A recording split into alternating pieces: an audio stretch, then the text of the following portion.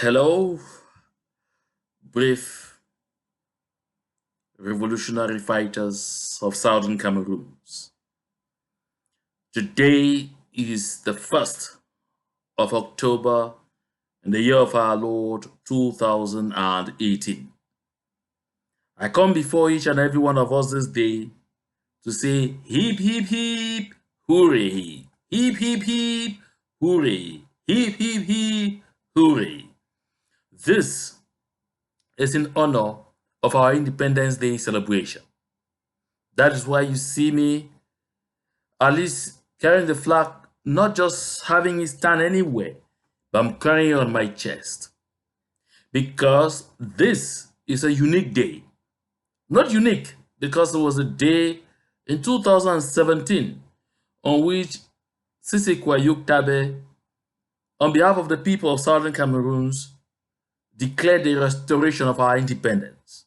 It is because it was also the day set aside by the United Nations General Assembly after that very important vote on the 21st day of April 1961, and during which they set the 1st of October 1961 to be the day of maturity of the independence of the people of the Southern Cameroons. I am here today to express total joy, total satisfaction, and especially to congratulate all our people on ground zero, the fighters, those who have decided to give up their lives, to put their lives on the line to protect our most vulnerable ones, the people themselves on ground zero, who decided to defy all the calls, both from us and from the colonial administration, to stay home and come out there en masse to show their attachment to this day, to show their attachment to the freedom of the Southern Cameroons, to show their attachment to those ideals that are sacred to the people of the Southern Cameroons. And one of the cornerstones of the people of Southern Cameroon's character is bravery. And that bravery was demonstrated again today, the 1st of October 2018. I watched people in Bangem, watched them in Nguti, watched them in Guzang, I watched them in Mankon, I watched them in Boyo, I watched them in parts of Fako all over Southern Cameroons, defy the odds and come out to tell the world that that noise that Mr. Paul Biya made in Marwa, that noise that some people continue to make, and that Lejeune Bella made at the United Nations, that is a selected few, a bunch of misguided people that want to destroy their one and indivisible Cameroon, is false. By your bravery, by your resilience, you made nonsense of those stupid speeches that now belong to the museums of history. I want to take this singular opportunity to congratulate all those who are refugees like myself in Nigeria, who came out in muddy scenes. We saw water splashed everywhere with mud and everything. That has become their daily lot. But they braved even that to stand up to tell the world that the people of Southern Cameroons know the value of freedom, that the people of Southern Cameroons know the value of self-determination, that the people of Southern Cameroons know what they deserve, and they are not ready to settle for anything less than what they deserve. This is why I want to use this opportunity to urge those who are still nursing the federalist thought to understand that the vast majority of the people of Southern Cameroons, we don't need to organize a vote. We just need to see them act. We just need to see them come out, even under very tough conditions like today. We just need to see the joy in their eyes when they talk about their country, to understand that that experiment, That unfortunate experiment by the United Nations called independence by joining failed woefully. It failed with the experience of Gambia in Senegambia. It has failed in Southern Cameroons.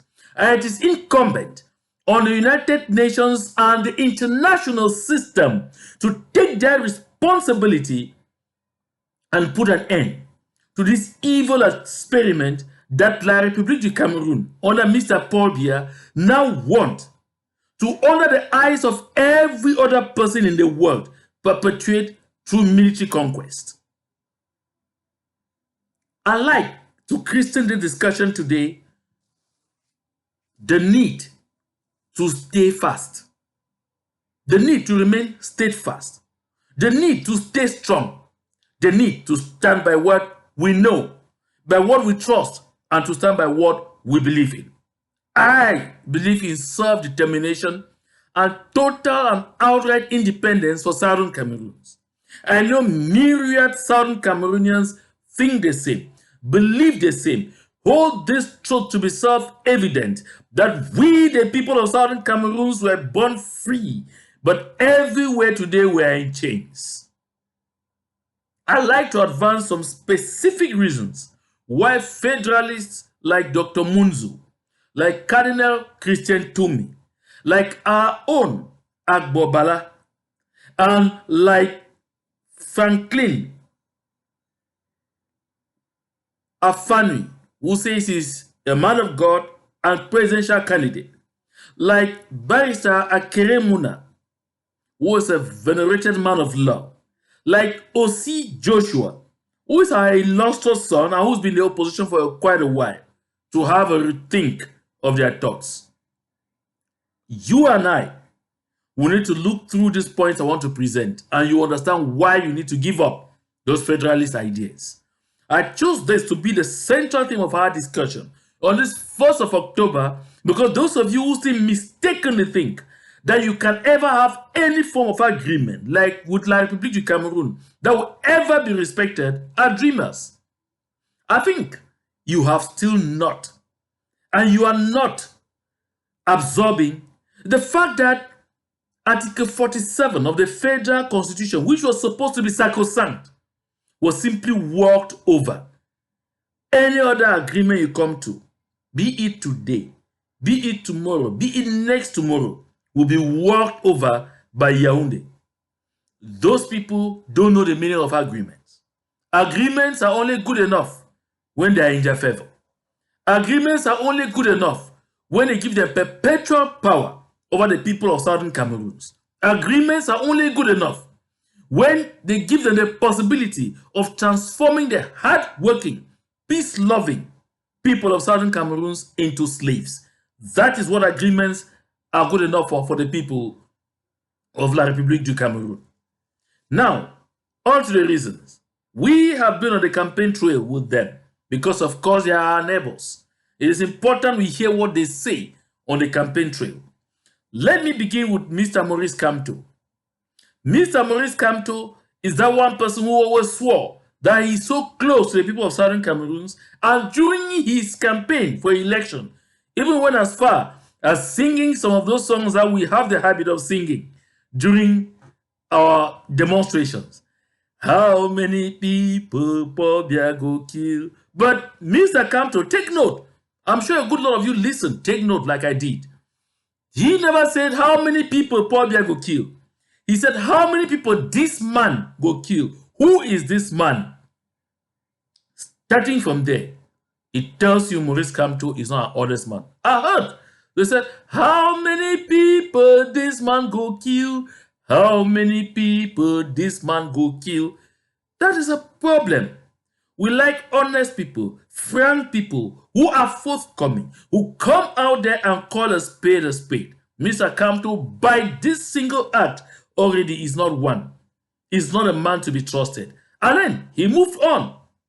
Mr. Kamto revealed what I'm going to say here again neatly. He promised dialogue with the people he calls secessionists. And just by calling us secessionists, he again made a mistake. But let me give that to him. But he says he will dialogue with the people he calls secessionists only around the issue of a one and indivisible Cameroon. Anything short of a one and indivisible Cameroon, he will not be part of it. And he said the people of Southern Cameroons will achieve independence and self-determination and total self-governance over his dead body. Oh yes, Kamto said so. So Mr. Kamto promises us war if we refuse to accept his own option, his own version of a one and indivisible Southern Cameroons. Clap Mr. Kamto off. Mr. Kamto, you are not a sparring partner. And we are ready for your war. We have had enough from Mr. Paul Biya. He is yet to finish it. So don't bother about him. Our own OC Joshua says history has no place in his agenda. And so he plans to bury us further in something he calls a 10-state federation. But I want to tell you that what Mr. OC Joshua is promising is not a 10-state federation. He is simply taking us to Mr. Paul Biya's decentralized unitary state. Don't forget, Mr. OC Joshua is a very close friend to Frank Biya. And so they've had time to discuss and say, look, we're going to close our eyes at any given moment if it gets too bad as we fall with you, but make sure you will adopt the unitary decentralized Cameroon with 10 decentralized local, let me call it, they call it collectivities, collectivity local, whatever name they want to give to that kind of thing. That is what he said, because I know that the SDF of old always talked of a federal system with 4 states. So when suddenly we came about with 10-state federation for the SDF, that is a story for another day. Ask OC Joshua. Let him be forthcoming. Kabal Libi is here to tell us exactly what he thinks about this whole setup. He only says he will do whatever he can. As for Ndamjoya and Gaga Aman Aji, they got nothing to offer. Ndamjoya is even so tired, so sick to go and campaign. His wife is moving all over, vouching for him, just like a lot of people have been doing for Mr. Paul before he managed to get himself, to Marwa, to try to say one or another thing. And then as for Gaga Aman Aji, forget about him. He had tried in the consortium at the time when he was only the consortium prosecuting this revolution. He met with the consortium team in Bamenda, and when he listened to the consortium of officials, Mr. Gaga Aman Haji had really nothing to offer. He returned to Yaounde and said he had failed. And so, since he failed then, he has failed today. He will fail tomorrow, and he will fail always as far as this matter is concerned. Forget about him. Now, let me talk about Mr. Paul Biya. Mr. Paul Biya and Marwa did not even pretend at all again to talk about dialogue. But one thing he did this time, and I want to hail my brother Mark Barra for pointing that out, is he no longer called us secessionists. He no longer called us terrorists. He now says the so-called liberators. And what did Mr. Biya say? That he promises us more war, serious war, greater war than we have seen now, after he decrees himself president on October 7th. Of course, because he's going to rig his way in. He has always done that. And he knows that he really has no competition. He's only managing to go out. He may be in Boya and then manage to go to Kribi. And that will be the end for him on the campaign trail, because he is so sick, so tired, and so unable, so disconnected even, to try to say one or two things to anybody. He can't even move around because there are places where helicopters cannot even land because of the massive and serious and unrepentant underdevelopment of that country. So, as an, let me use a Nigerian phrase that we say, as an Ajebo, he will not be able to go everywhere. So he will stop there. But all he has done is promise Ambazonian more war. I want to say this. For 2 years running now, Mr. Paul Biya has fought with all his strength. He has removed all the jokers. So don't get frightened when he says, after the election, I will teach them a lesson. What else will he do? He has taken back home all the elite forces he trained everywhere in the United States, in Israel, in Russia, everywhere. He has taken them all back home. They are not yet giving him the solution. So is he going to get new people from space after October 7th? That is bluff. That is cheap talk. That is renegade talk. Me, I pay no attention to it. And you too, pay no heed to it. On the contrary, we have seen the mutating nature of his military. But I bring you this news. I listened to other people, but before that came, I had the opportunity to face it out myself. I want to bring it to us very clearly. In one of my outings, before this one of today, the 1st of October, I had pointed out that our people should not leave Southern Cameroons and go to la Republique du Cameroun for safety. You can't be living back to Egypt when you are running away from Egypt. You are running into trouble. I said so. I'm saying so even now. I'll say so again even tomorrow. What I want at the time is going now on through other sources. Let me repeat it. And let me even edify the way it's going to look like. La République du Cameroun, through the Minister of Defense, published a decision that we all saw. It was a hidden thing, but it came out to the fore. That he warned the Chief of Staff, the Joint Military Chief of Staff of La République du Cameroun, that secessionists, that activists, that in their terms, and in quotes, terrorists, had moved from Southern Cameroons into Douala and into Yaounde. And that serious surveillance should begin, and they should encircle a lot of the neighborhoods where a lot of our people are known to live and carry out raids. But they're not going to end at those raids. Take note, we have watched La République du Cameroun take out Den guns from their museums. The Den guns that they captured in a few areas are not they forced most of our people to give them. Remember that the colonial governors in the two regions, the northern zone and the southern zones, asked people to surrender their Den guns and everything as a measure that they were trying to do to take away arms from people, to keep the people safe. Now, each time they have killed our boys innocently, everywhere, the truth of those Den guns in them, throw on them locally produced pistols, and then they will tie red bands around them and put cowries and other fetish things around them to show that they were Amber boys that were killed at Batu. They did that in Pinging when they slaughtered almost 30 young people innocently. They have done that everywhere. They did it in Boya. Now they are carrying that practice to La République du Cameroun. With all our people who are being captured in Yaounde, in Douala, on a daily basis with the raids that they are carrying out, the next plan now is that they are going to display them in local places, kill them, throw some of these Den guns they captured from our people on them. Although some people have come out to say in audios that they have bought 500 Den guns and done this. No, they don't even need to buy. They haven't bought them. These are Den guns they took from our people. They collected in the northern zone and in the southern zone. And so they have taken them to most of the towns, in Douala, Yaounde, Bafoussam, Bertoua, and in other towns, where they are going to use these Den guns after they kill our young boys, because they are after our young boys. From the ages of 11, they want to kill as many as possible, because according to them, they feel that when they kill all these young boys, they reduce the fighting force. They are going to kill them in droves. They will remove them from detention.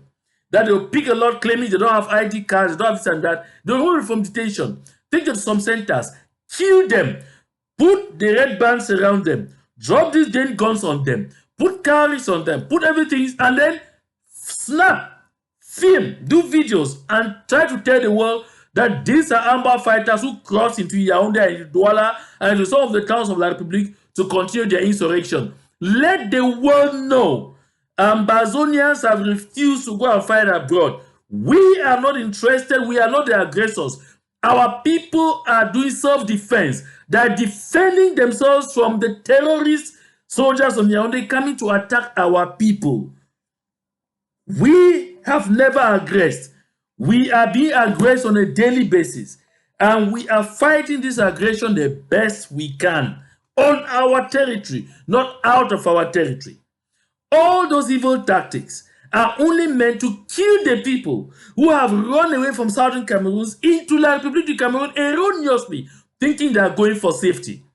We are going to see citizens of La Republique du Cameroun paid, mounted up to sit up there, be interviewed and claim that they called the gendarmes, they called soldiers, they called the B because they realized that some people with suspicious characters had entered their neighborhoods and were looking a kind of way, they were looking like amber fighters. That would be to tell the world that these are terrorists, so-called terrorists that they have killed.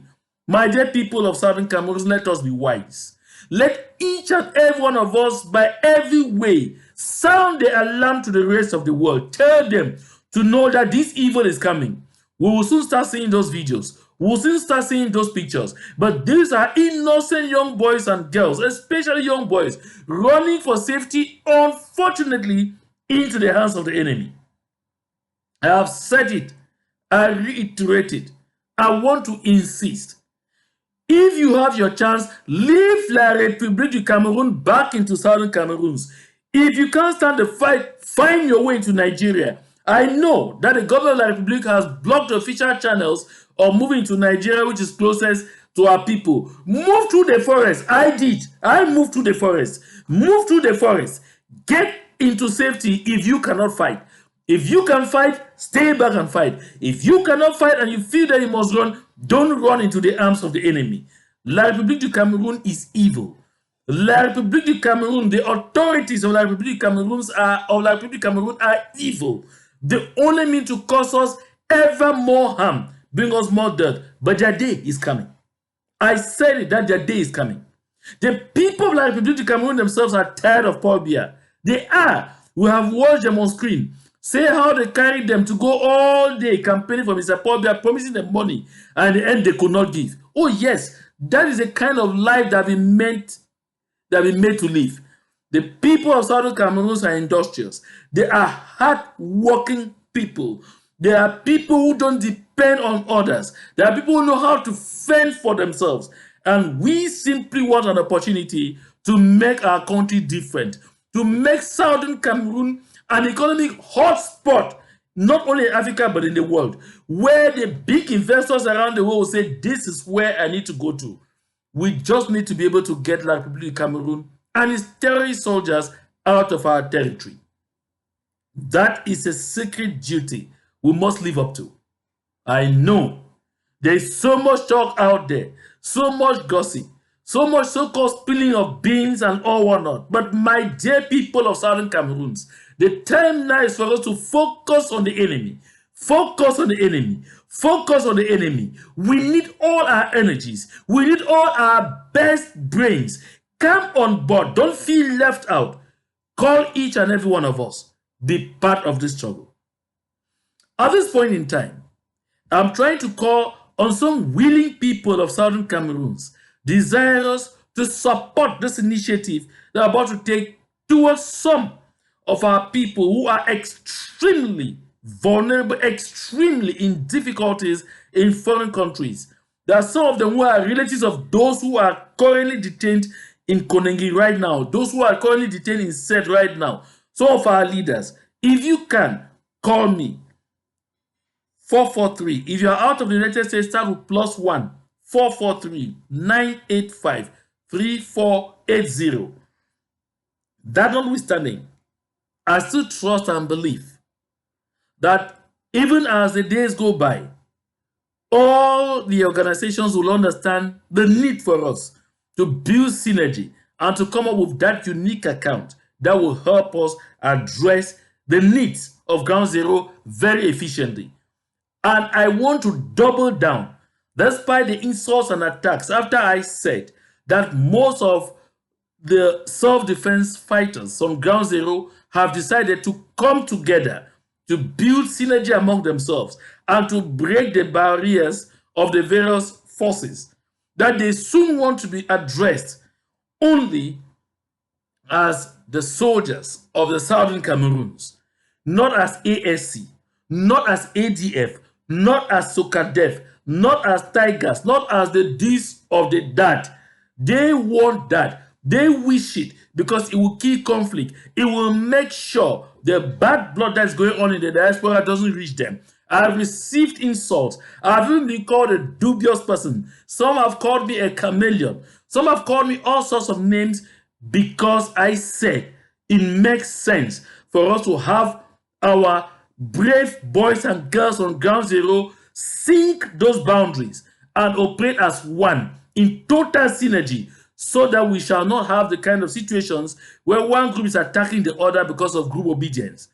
I believe in that philosophy. I promote that philosophy. I will continue to hail that philosophy. I will continue to throw my support behind that philosophy. A joint account for the organizations abroad and the sinking of borders, of differences among the young boys and girls who have decided to put their lives on the line on ground zero to fight for us will spare better days for our struggle. It will mean direct connections, direct financing, direct assistance, direct collaboration, and total synergy. That is what I believe in. Thank you very much, my dear people of Southern Cameroon, and once more, Happy Independence Day.